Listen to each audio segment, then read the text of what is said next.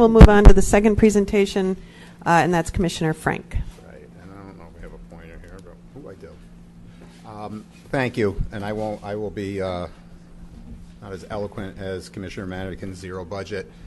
At the last meeting, we had just received the September 18th financial disclosure summary. It was never delivered to the City Council. I guess by law it does not have to, but we were able to get some screenshots of it so that we were able to review it before the last meeting. And I had some very strong comments relating to it. I felt that it was materially misrepresented. A week later, the Charter Review Commission convened again and went from a $391,000 savings to $403,000, so they doubled down on their numbers. But they did make some changes, some of which I clearly agreed with and should have been in there originally. Other things are blinking at reality, in my opinion.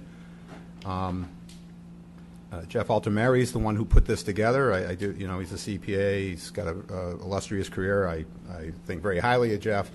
However, I strongly disagree with many of his figures. So, again, for what it's worth, I'm also a certified public accountant.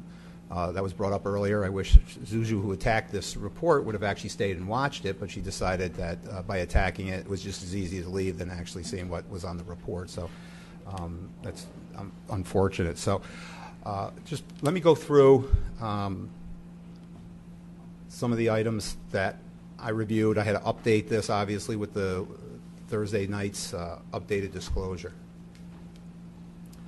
I call it Altamari's myth, and this is what I originally was discussing at the last meeting. Things have changed because we went from having a city manager, now all of a sudden an assistant city manager showed up. But the city manager and the assistant city manager will take over the duties of 5 elected city official members and 5 department deputies. And what he said that is, this is trimming the double layers of fat. So he considers the city council and the deputies as 2 layers of fat. That's his words, not mine. Now, before I go any further, Mayor Yepsen was on Look TV, I believe, yesterday, and had stated, and correct me if I'm wrong, Mayor, but basically had stated that one of the problems with this government, and while she's looking to change this, is because even though we are part-time hours, it's 32 hours a week, which is 1,600 hours a year that you see for the Commissioner of Accounts, all of us work considerably more than that, and it's really a full-time job. It's not a part-time job, and the pay is so low at $14,500 that 3 of the commissioners, myself, the Commissioner of Finance, and the Commissioner of Public Works, don't even have an opponent because it's too much work to do and the pay's not there. And I believe that's approximately what you said. I don't want to, paraphrasing, I saw it as on the way over here. So we have a conundrum here. We have the Charter Review Commission basically saying that we're double layers of fat, and then we have us and the mayor who's looking to change this form of government saying just the opposite, that we're working our rear ends off, and I figured out at 1,600 hours a year, we get paid $8.71 an hour. Now, I can tell you the mayor works a lot more than 1,600 hours per year, and I know Skippy works a lot more, and I know everybody does except for maybe me. I think I'm right around 1,600 hours a year because I've been doing this for a long time. But I'll take the $8.71. So at 32 hours a week, times 50 weeks, even though we don't get paid for 2 weeks vacation, I only took 50 weeks because the math was easier. That's 1,600 hours for everybody sitting at this table. Now behind us, other than the city attorney, we also have the second layer of fat, which I like to call the deputies. I won't mention each fat deputy back here by name, but we have the Deputy Commissioner of Accounts, who works for me. She's at 2,000 hours. That's 40 hours a week, which she works more than that, but I'm being kind. 40 hours a week times 50, because the math's easy, that's 2,000. We have the Deputy Commissioner of Finance, the Deputy Mayor, Deputy of Public Works, and the Deputy of Public Safety. So if you add the first layer of fat, the City Council, and then the second layer of fat, my friends, the deputies back here, that's 18,000 hours of fat a year. Now, what the CRC and Mr. Altamari wants you to believe is originally, up till a couple of days ago, that the city manager alone would be able to replace all of these. Now, about 90% of my work, and I think everybody will tell you the same, has to do with running our departments, okay, and running the city. What you see here is about 30 times a year, okay, so that's 1 month a year. So that's 1/12 of our work, of our hours are actually this related. The rest is related to running our various offices. And our various deputies, I think, will all be very clear to you that almost full time is running their departments. So the originally it was 2,000 hours. It was going to replace 18. And then after I attacked that, amazingly, we came up with an assistant manager for 2,000 additional hours. So now they're stating that 4,000 hours will replace 18,000 hours. What I call Altamari's myth number 2 is the city and the newly named assistant city managers will have current civil service employees absorb the 18,000 hours with no additional pay to the employees, or they're going to do attrition. So in this case, just so people understand, because I came from the private sector. I came from the private sector, and I made a lot of changes in my office. But civil service law and unions, especially in public service, are completely different than running a private company. You can't just go in, like to the Saratogan if you're working there, and say, I'm just going to get rid of everybody because I can do that. It doesn't work that way. In order for a civil servant employee to absorb additional work duties, which can happen, they first must have their job descriptions updated through the civil service. If they're in the union has to agree to it. And with the change of duties, believe it or not, which they don't want to mention, there's going to be an increase in compensation and benefits. I think this is very important. So you may have less people, and you may have attrition, but somebody has to still do the job. The current elected officials, everybody that sits back here, and the appointed deputies, the politically appointed deputies, as the head of the CRC likes to call them, do not receive the same amount of benefits that the union does. They don't get the steps, they don't get the guarantee raises, etc. So I just want people to understand that. So people are going to be replacing everybody sitting here are going to most likely be in the union. They won't fall under the management confidential. I will get into the figures at the end, but one of the big savings that they just came up with a week ago that wasn't there 2 weeks ago, there will be, through attrition, an average of 2 retirees a year where those employees' duties will be picked up without any compensation going to the civil service employees absorbing the new duties. So this Charter Review Commission is supposed to educate, but they've gone from educate to advocate, and now they're already legislating. They're already, even though I've looked through the charter, and I don't see anywhere in the charter that says there's going to be an automatic attrition of 2 people a year. So I don't know how you can come up with a savings on that when they haven't even hired a city manager yet. Attrition, but let's talk about attrition. It has nothing to do with the form of government. Attrition happens all the time. When I first started, I had 14 people in my office. When we had retirees and hired new people, we did do attrition. We just hired new people or had the people there take the extra duties and spread the compensation. So there's a savings there, but attrition has nothing to do with the form of government. This happens in the commission form of government. This happens in the proposed manager form of government, and this happens in the mayor-council form of government. So why this is even in here is beyond me. And again, it's nowhere in the charter. Altamari's myth number 3. Watertown, New York, as a city manager, has approximately the same population as Saratoga Springs. Therefore, we can do what Watertown does at their budget employee levels. Again, this is simply blinking at reality. Saratoga Springs, as you know, this is Saratoga Springs. We have the track, we have SPAC, we have the city center, we have a vibrant downtown, we have the architectural wonders. We're one of the top, I don't know, we always get some kind of street award as being the most beautiful street. Watertown hasn't really, Skidmore College, thank you very much. Many of you were here from Skidmore. We actually stole it away from Greenfield so we could have Skidmore years ago. Watertown, though, approximately the same population, but they don't have because they don't have the nightlife and SPAC and the track, they don't have the same public works and public safety needs that this city has. I think, I've been to Watertown a lot. I go to Canada for clients, which clearly I don't reassess in Canada either, but it's known for sub-zero. It's always the coldest spot in New York State. Most of their money comes from either people coming from Fort Drum or from Canadian visitors, and they're getting hurt because of the dollar changing. And Mr. Altamari keeps on stating on TV and in print, why can't we do what Watertown does? And I'm going to clearly state, why would we? And so I have a question mark here, but let me just go through the tax levy rate increases here. We have a tax cap that was instituted a number of years ago by the state of New York, and it was originally 2%. Then it gets adjusted for inflation, and because of low inflation, it's been adjusted down. It's pretty close apples to apples. The only thing is Watertown. It took me forever to go through the Watertown stuff, but Watertown goes through has a fiscal year. They're not a calendar year like us. But let's look. Let's start with 2013.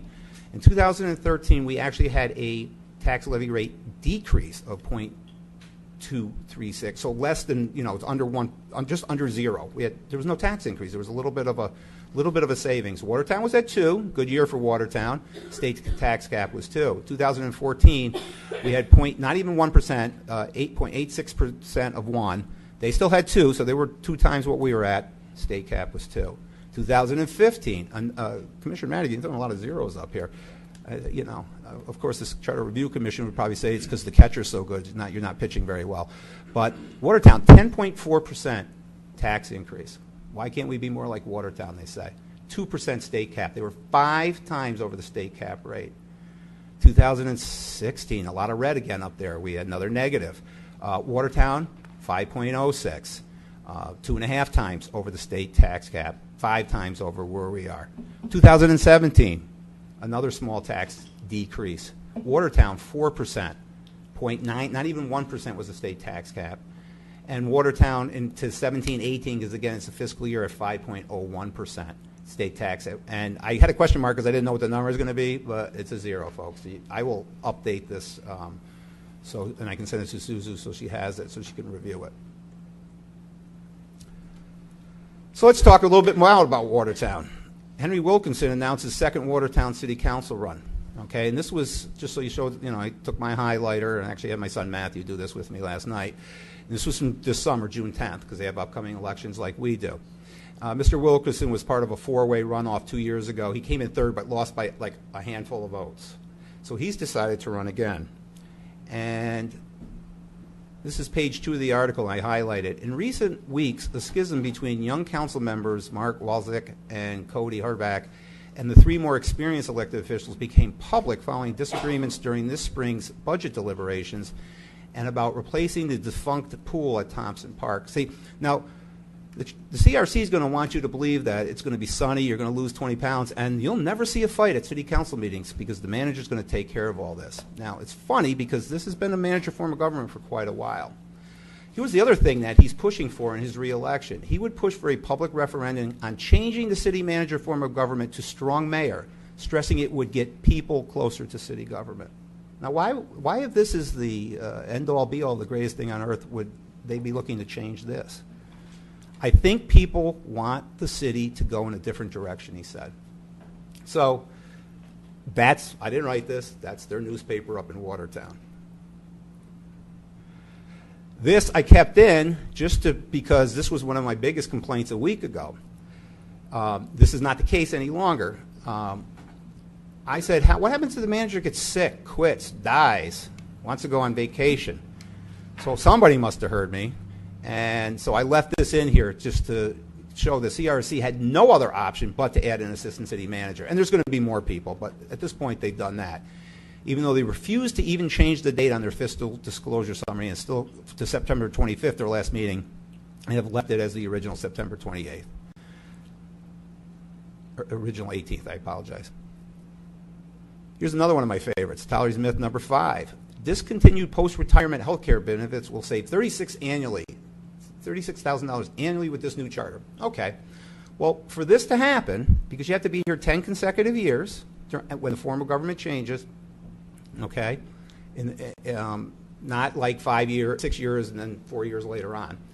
So I looked at this, and for this to happen, the only person at this table, I'm already into this, but Commissioner Madigan would have to be in office the last 3 months of this year, plus 4 more years to hit the age requirement, sorry to throw your age out there, and to have the 10-year requirement, all right? So the CRC is making an assumption 4 years and 3 months down the road to come up with $18,000 of savings. But the second part's even better, and that's very possible it could happen. It's very possible it couldn't happen. She may decide to do anything. People can lose elections. A lot of things can happen in 4 years and 3 months. The next city council member that would qualify for retirement health care benefits would be the earliest 2028, and I'll explain that to you. You have to be here 10 consecutive years and have to be age 55 at that to finally get the benefits. Commissioner Matisse is not running. So whoever wins that office will start in 2018. So they have to be here 10 years. Commissioner Schrockwell, I don't know how long he's going to be here, probably for another 50 years, but he already has benefits because he worked for the city. But I can tell you it's at least 12 years out because he's here 2 years and had another 10 years to that. So the earliest in his office would be 2030.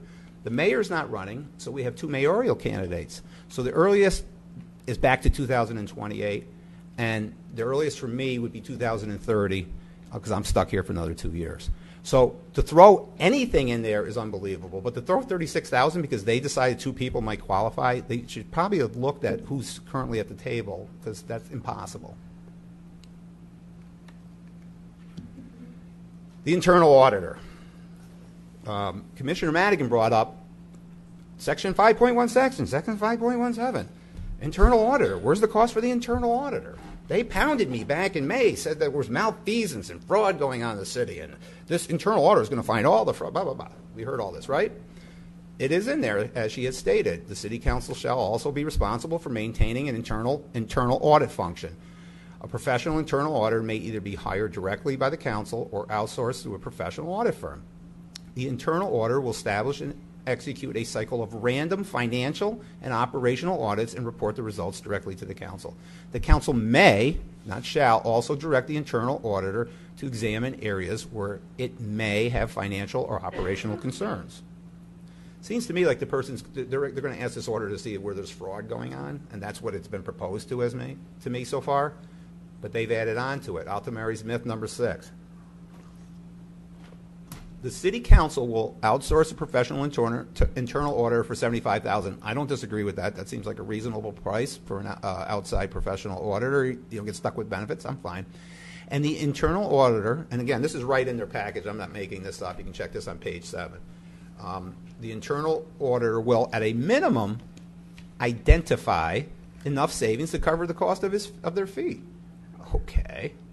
Well, even if the internal auditor identified, that doesn't mean force you to do it. That just said, I can identify about $4 million right now. Let's get rid of 6 cops, 5 of Skippy's trucks. Let's stop picking up the leaves. I can identify $5 million without batting an eye. Anybody can identify $75,000 for God's sakes. But that does not mean that the city council in the future will act upon it because they have to weigh the costs and the benefits. And there also is and I've done this for municipalities. I did it for the city of Mechanicville a number of years ago. We identified a whole thing. So we said, through the CPA firm I was a partner with at the time, we said, why are you doing trash services? It's costing you a ridiculous amount of money. And we said, get rid of it. It's going to save you $600,000 on a $5 million budget. Went in front. They all voted against it. They said, because people like to have their trash picked up by the city. And it's a cost that we're all willing to pay for. Okay, so I just identified a bunch of money. They didn't decide to get rid of it. But even whenever you identify it, because this order is going to have to work for a year, even if they agreed with it, there's a time lag. It could be a couple of years out before they actually start implementing some of these things. None of this was brought into this. And again, in his white paper that came out, I believe it was in May or April, it was kind of an attack piece on Commissioner Madigan. He basically said that there's fraud in the city and that this internal auditor would detect the fraud. So it's kind of gone from fraud to this internal auditor is paying for himself with tax savings. Not what was originally, not what I'm reading in 5.17 and not what was pushed out in the charter revision. Altamori myth number 7 is like to call it city manager and the change in form of government will have no transition cost. Now, the Charter Review Commission has stated that they will bring, and I've heard this from Commissioner Madigan and from others, and we checked with the paper, and they did say it's LeBron James, the city managers. And, he worked in Cleveland, so maybe he would come here, but yet there will be no transition costs for the search, moving LeBron to Saratoga Springs, setting up LeBron's legal employee contract, because you got to understand, when you bring a manager here in the city of Saratoga Springs, they're not going to come into a month-to-month contract. They're going to have a 3 to 5 year contract. There's going to be buyout clauses. Nobody's going to come here to work unless they have some kind of guarantees. And if we're getting LeBron James, clearly we're taking LeBron from another city. So LeBron's going to have to, we're going to have to transport. We're going to have legal fees to set this up. Now, on page 7 of the CRC's analysis, he states that the transitions cost could be anywhere from, under a little bit under $100,000 to $300,000, depending on when the city manager is hired in 2020.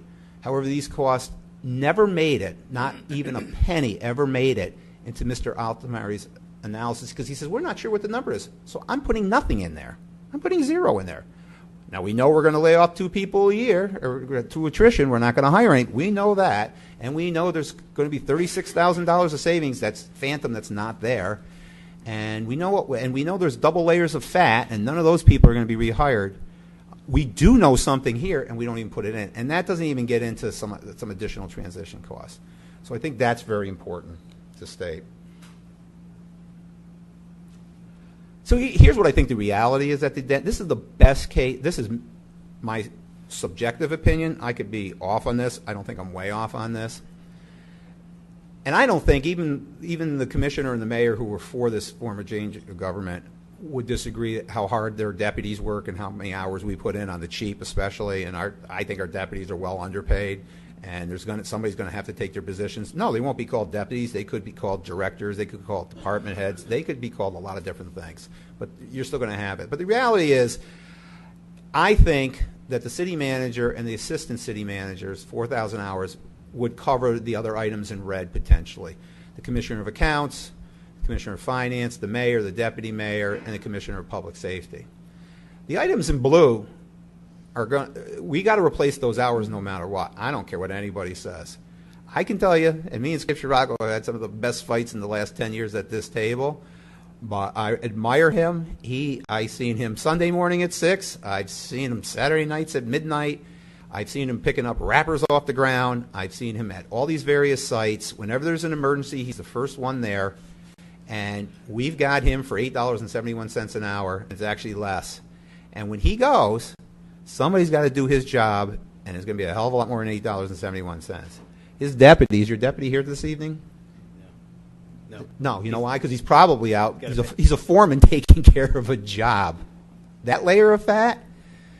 Do you think he works at night sitting with Skippy and saying, hey, how can we get this vote through at the city council? No. He's a foreman. He runs the city, just like his previous deputies do. They have to make sure that the plowing schedule is done. They have to know the leaf schedule. I don't even know the leaf schedule. I've lived here for 30 years. I still can't figure it out. I put them out, and they're gone before I can see it. I can't figure out how he does it. All right? I think they got cameras hidden in the street. Those hours aren't going away.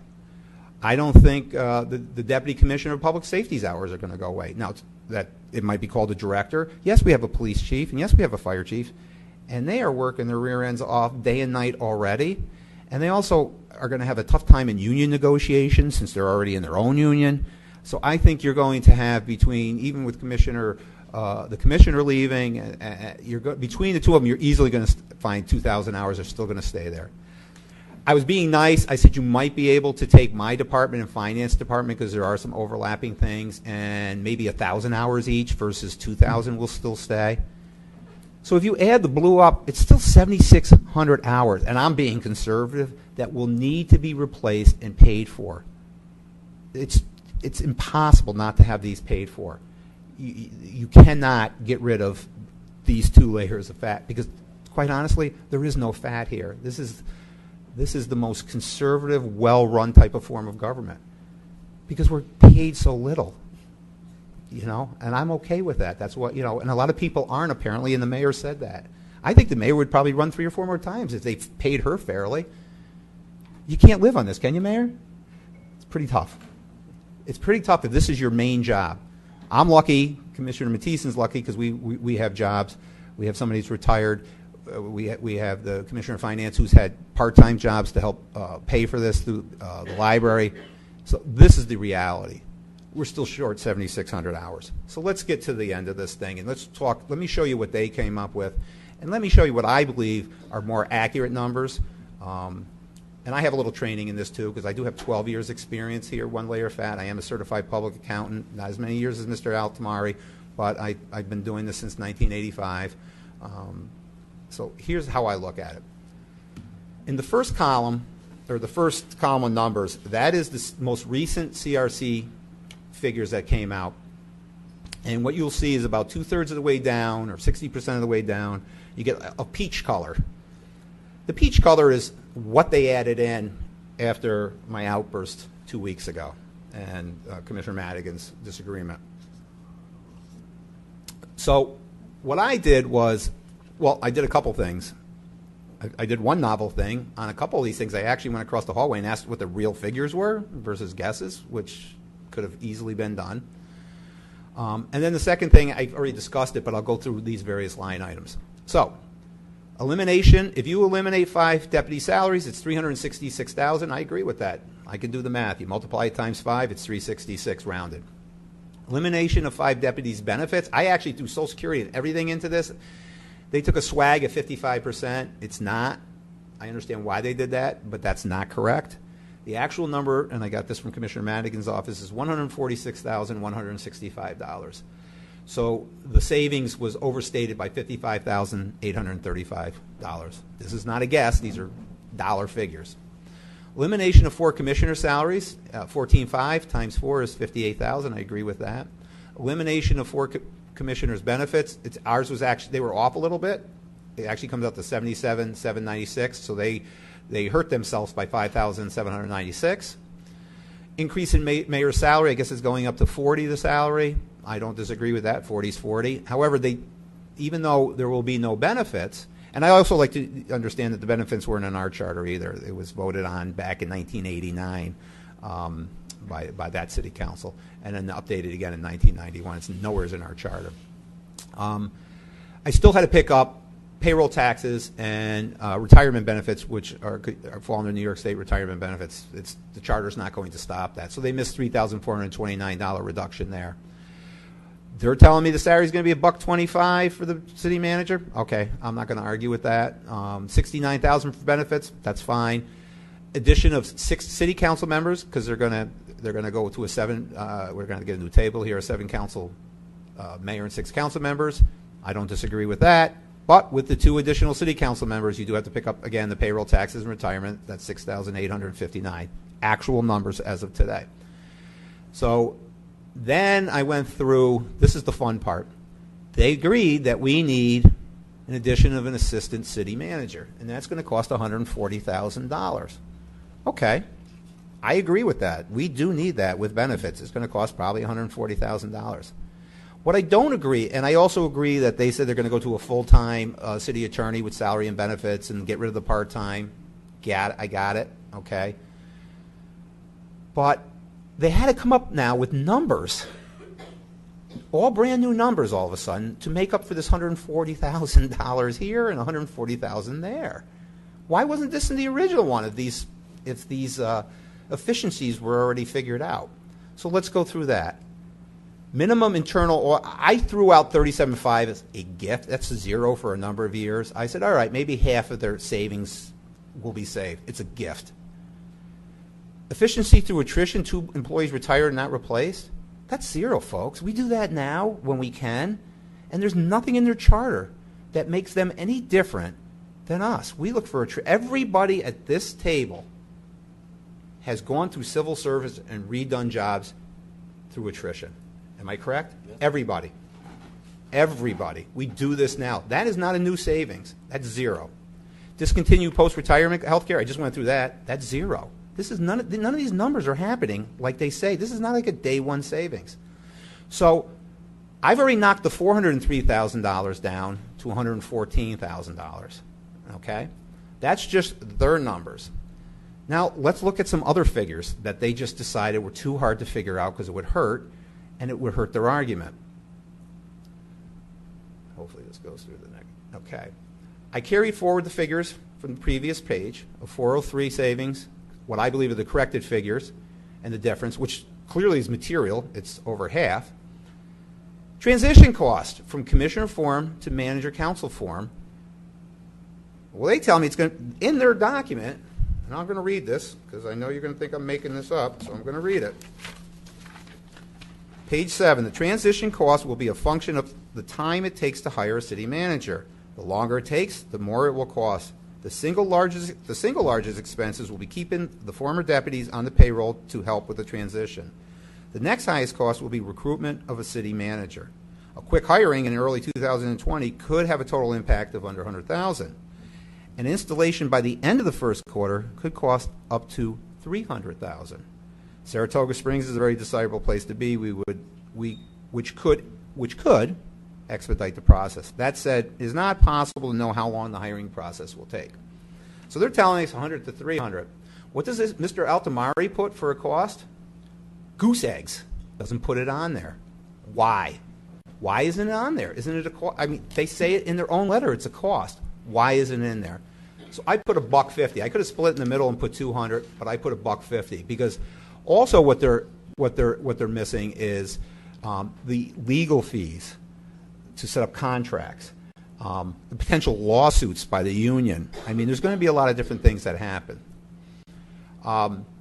Now, as I showed you on an earlier slide, I believe 5,000 hours minimally will have to be retained from the department heads. Or I mean, not from the department heads, but from the deputies. Now, you can call them department heads, you can call them directors, you can call them foremen, but I'm saying 5,000 hours easily will be retained.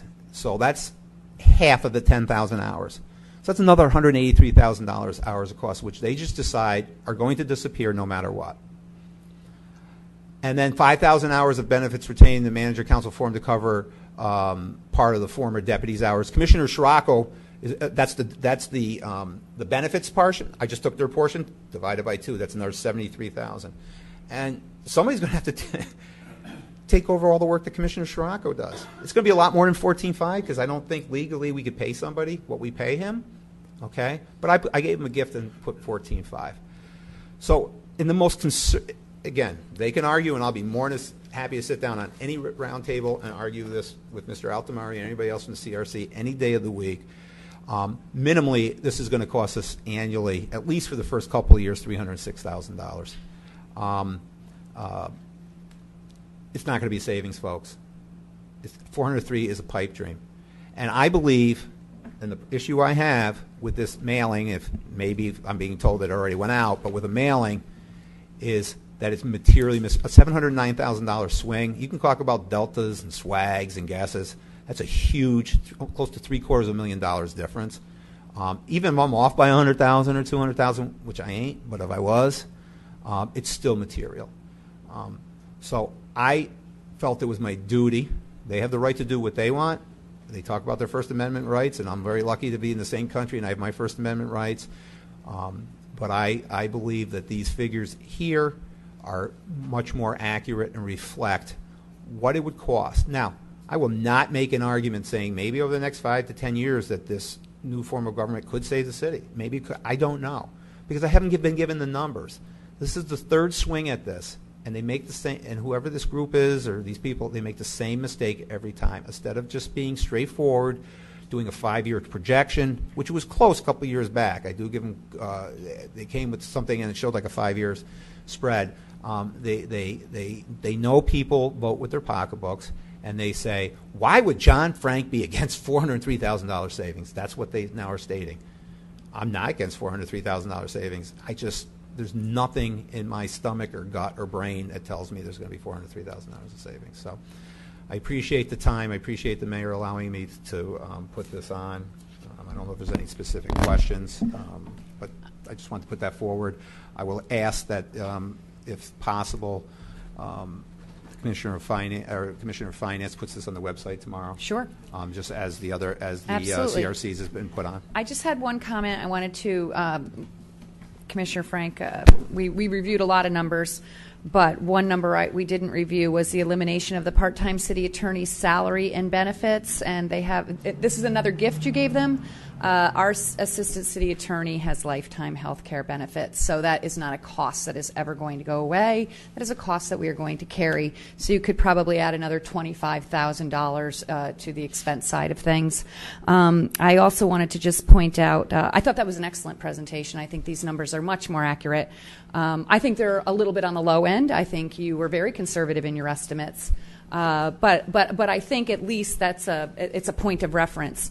I did happen to catch part 2 of Mr. Altamari on Look TV, where he said the directors are going to take over the work of all the deputies. He specifically mentioned the director of finance, and I have spoken to the director of finance. Unfortunately, the Charter Review Commission spent about 4 minutes and 30 seconds with her, and they said that she was going to take over the duties that I basically perform, along with what the deputy commissioner of finance, Mike Sharp, performs.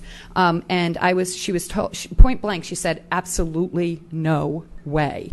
I cannot do the city budget and maintain all of the work that I do today. So you have got to at least have a full-time budget operations director, and that is just completely missing from this document. We have 14 retirees this year, and I've looked across them. A lot of them are police officers and firefighters actually make up the majority of them, and the payroll administrator, a lot of key retirees coming up.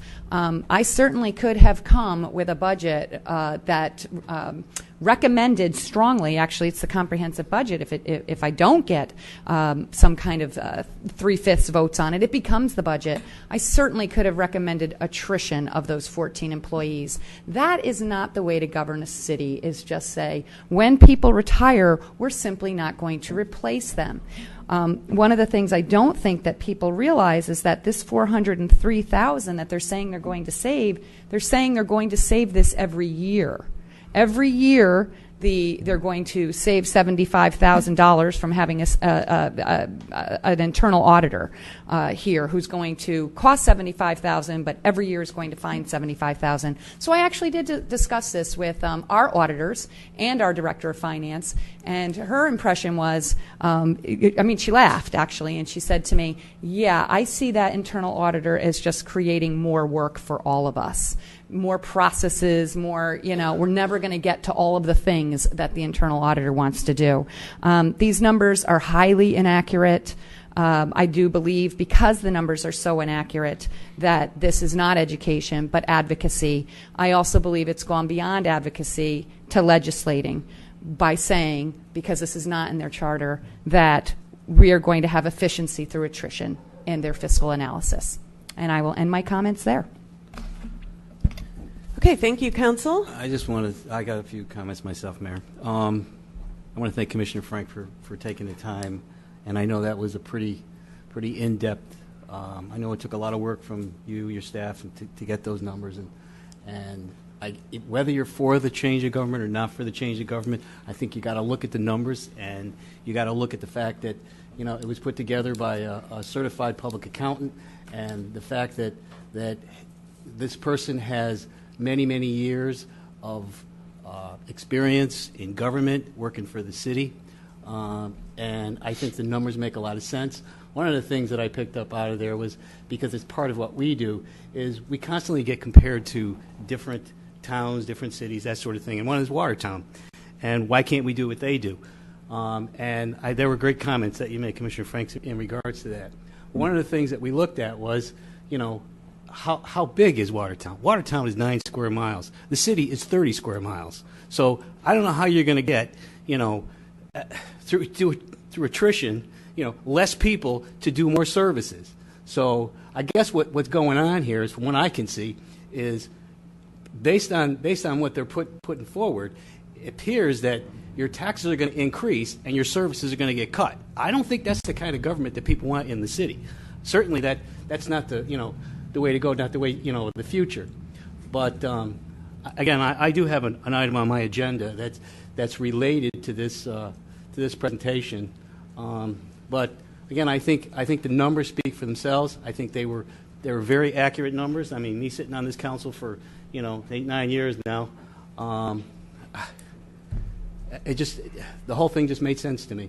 And I think, if people go to the website and look at the website, make their own decision on what they want to do come election day. But again, if you're for it or against it, you really have to take a look at these numbers. And I think, again, the numbers speak for themselves. So, and I'll end my comment there. Well, I do have some comments too. I find there are some things both with this document and with Commissioner Frank's presentation some that I agree with and some that I don't agree with. I do think, in all fairness to the Charter Review Commission, we ought to remember the purpose was to frame for the voters an estimated economic impact of changing to the council manager form. I think it's a lot of it is a guess, a lot of it is an attempt to get an understanding of what the changes would incur, what the effects would be. The 18,000 hours per year that Commissioner Frank is talking about that encompass the work of the members of the council and their deputies. I think the problem with that is that if you look across the country, if you look at other municipalities, Saratoga Springs may be spending 18,000 hours a year among these 10 people. But there are lots of other governments that can manage their cities, manage their towns with fewer people and better coordination. And so a centralized reorganization of city government could improve efficiency and result in, yes, some financial savings, but also better operations, better responsiveness, things of that sort. The comparisons between Saratoga Springs and Watertown, it's absolutely true. They are different places. They have populations that are approximately the same, close to 28,000 in both places. But they're very different cities. As Commissioner Frank was saying, they don't have a racetrack. They don't have SPAC. They don't have a lot of the things. Most cities don't have a lot of the things that Saratoga Springs has.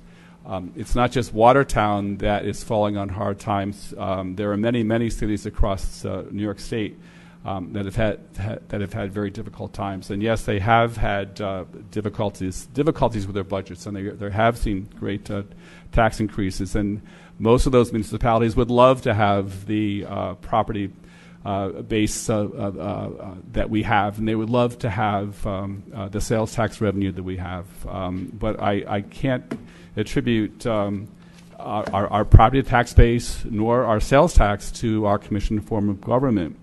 When Commissioner Frank was talking about the member of the council who was suggesting that they change from the city manager to a strong mayor, I didn't hear him suggesting that they change to a commission form of government. As a matter of fact, no one's changing to the commission form of government because it's not a responsive way of running a city. It's not efficient. It doesn't encourage people to run for office. It doesn't encourage people to participate directly.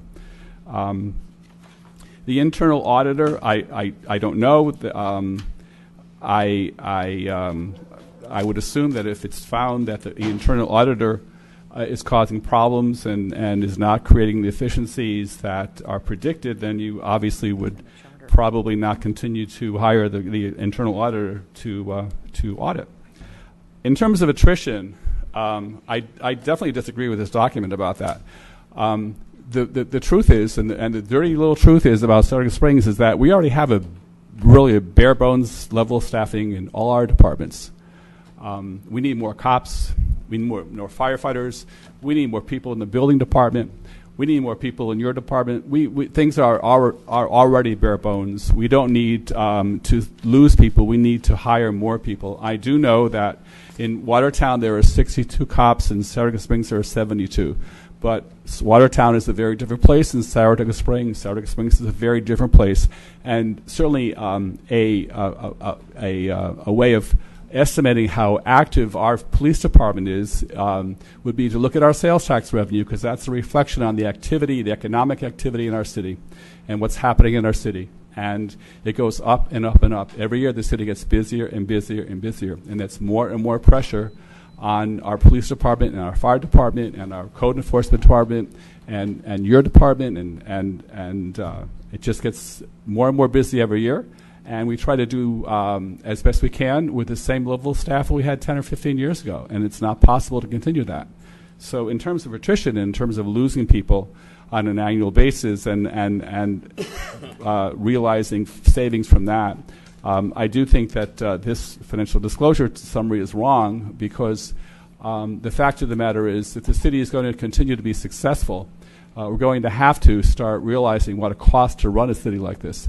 And as you see the sales tax revenue increase, you have to understand that the cost of being able to put on this show in Saratoga Springs costs more every year, and we need more people to do it, not fewer, and not the same. So thank you. Okay, thank you. Good presentation, and I know we have another agenda item relating to this, so I would like to move forward with the agenda. First of all, we do not have any executive sessions planned for this evening.